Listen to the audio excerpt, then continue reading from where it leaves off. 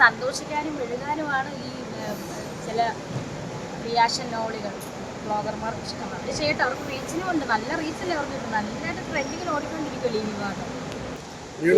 ഒരുപക്ഷെ കിച്ചു അമ്മ എനിക്ക് പറ്റിയ തെറ്റാണെന്ന് പറഞ്ഞ് രേണുവിൻ്റെ അടുത്തേക്ക് വന്ന് ചേർത്ത് പിടിക്കും. ഞാൻ പറഞ്ഞില്ലേ, സുധിച്ചേട്ടൻ്റെ മക്കളെ ഞാൻ ഒരിക്കലും തള്ളിക്കളയത്തില്ല പറഞ്ഞു. രേണു മീഡിയക്ക് മുമ്പിൽ കിച്ചുവിനെ വിളിക്കുന്നതൊക്കെ ഒരു പ്രഹസനമാണെന്ന് പറയപ്പെടുന്നു. എന്താ പറയാനല്ലേ? എനിക്കൊന്നും പറയാനില്ല. അതിൽ ഏറ്റവും കൂടുതൽ വിമർശനം നമ്മളെ എയർപോർട്ടിൽ നിന്ന് എടുത്ത പിന്നെ ടാറ്റുവിൻ്റെ ഇഷ്യൂ. മോനെ ടാറ്റു അടിച്ചോ എന്ന് ചോദിക്കുന്നത്. ഞാൻ പറഞ്ഞില്ലേ, 22 വയസ്സുള്ള കുട്ടിയാണ്, അല്ലെങ്കിൽ 22 വയസ്സുള്ള യുവാവാണ്. അവരിപ്പോൾ സ്വന്തമായിട്ട് അധ്വാനിച്ച് ജീവിക്കാറായി. അപ്പം അവൻ ചെയ്യട്ടെ, അവൻ്റെ അഭിപ്രായങ്ങൾ പറയട്ടെ. എനിക്ക് എന്തായാലും മരിക്കാൻ പറ്റില്ല. എനിക്ക് മുതപ്പന് 6 വയസ്സേ ഉള്ളൂ. അവനെ ഒരു 18 വയസ്സ് വരെ എങ്ങനെയും ഒക്കെ നോക്കി വളർത്തി ഇതുപോലെ വലുതാക്കണം. കിച്ചുവിന് 11 വയസ്സുള്ളപ്പോൾ നമുക്ക് കിട്ടിയതാണ്. എന്തായാലും 18 വയസ്സ് വരെ സൂക്ഷിച്ചാണ് കൊണ്ടായിരുന്നു. 18, 19, 20 പൊട്ടിക്കരഞ്ഞേക്കോ? ഇതിനെക്കുറിച്ചൊക്കെ പപ്പയുടെ അമ്മയുടെ അഭിപ്രായം എന്തായിരുന്നു? അവരെന്നോടൊന്നും പറഞ്ഞില്ല. ഇങ്ങോട്ട് വരാനേ പറഞ്ഞു, നേരിട്ട് സംസാരിക്കാനേ. 26-ാം തീയതിക്ക് ശേഷം അവരുടെ സ്വഭാവം നിങ്ങൾക്ക് അറിയില്ല, വെറും ഭാവങ്ങളാണ്. അവരെന്നെ പറയാൻ 26-ന് ശേഷം കിച്ചു വിളിച്ചിട്ടുണ്ടോ? 24-ന് ശേഷം വിളിച്ചിട്ടില്ല. അപ്പം പിന്നെ വിളിച്ചിട്ടൊന്നുമില്ല. അതിനു മുമ്പ് എല്ലാ ദിവസവും വിളിച്ചുകൊണ്ടിരുന്നതല്ലേ? വീഡിയോ കോൾ വരെ ചെയ്തു. അതിനു മുമ്പ് എല്ലാ ദിവസവും വിളിച്ചുകൊണ്ടിരുന്നതല്ലേ? ഒരുപക്ഷെ കിച്ചു അമ്മ എനിക്ക് പറ്റിയ തെറ്റാണെന്ന് പറഞ്ഞ് രേണുവിൻ്റെ അടുത്തേക്ക് വന്ന് ചേർത്ത് പിടിക്കും. ഞാൻ പറഞ്ഞില്ലേ, സുധിച്ചേട്ടൻ്റെ മക്കളെ ഞാൻ ഒരിക്കലും തള്ളിക്കളയത്തില്ല പറഞ്ഞു. കിച്ചു ആണെങ്കിലും ഋതപ്പനാണെങ്കിലും രണ്ടുപേരും. ഇപ്പം ഋതപ്പം വലുതാകുമ്പോഴത്തേന് എന്തെങ്കിലും പറയുമെന്ന് നമുക്കറിയില്ല, നമുക്കറിയത്തില്ല.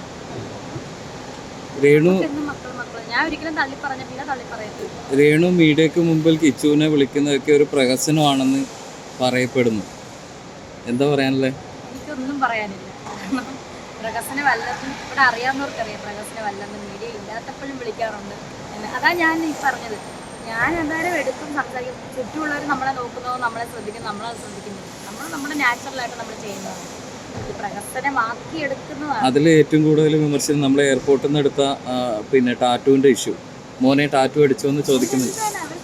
അതാണ് അന്യൻ്റെ കുടുംബത്തിൽ കയറി അത് സന്തോഷിക്കാനും എഴുതാനുമാണ് ഈ ചില റിയാക്ഷൻ നോളുകൾ ബ്ലോഗർമാർക്ക് ഇഷ്ടമാണ്. അവർ ചെയ്യട്ടെ, അവർക്ക് റീച്ചിനും ഉണ്ട്, നല്ല റീച്ചല്ലേ അവർക്ക്, നല്ലതായിട്ട് ട്രെൻഡിങ്ങിൽ ഓടിക്കൊണ്ടിരിക്കുമല്ലോ ഈ വിവാദം. രേണു ഷെയർ മാർക്കറ്റൊക്കെ ഭയങ്കര ഡൗൺ ആയി, പക്ഷേ രേണുവിൻ്റെ ഗ്രാഫ് ഭയങ്കരമായിട്ട് കയറി. സോഷ്യൽ മീഡിയയിൽ രേണു മാത്രമേ ഉള്ളൂ. എന്താണ് രേണു ഇതിനെക്കുറിച്ച് എന്താണ് പറയാനുള്ളത്? ഇതിനെക്കുറിച്ച് ഇത് വലിയൊരു ഇതാണ്. ഇതിനെപ്പറ്റി എൻ്റെ ഇത് ഞാൻ കൊടുത്തേക്കുവാണെന്നാണ്. ഈ കിച്ചണിൻ്റെ ഭാഗത്തുനിന്ന് ഇതിന് മുന്നേ എന്തെങ്കിലും പ്രശ്നമുണ്ടായിരുന്നു? അതായത് തള്ളിപ്പറയുന്ന രീതിയിൽ എന്തെങ്കിലും പറഞ്ഞു എനിക്കറിയാം, ഞാൻ കണ്ടില്ലെന്ന്. അതാണ് എൻ്റെ വിഷയം. ഞാൻ ഇതൊന്നും കാണാറില്ല. കാണുമ്പോൾ ഇൻഡയറക്റ്റ് ആയിട്ട് തള്ളി പറയുന്ന പോലെയാണ് തോന്നുന്നത്, പക്ഷേ ഡയറക്റ്റായിട്ട് പറയുന്നില്ല.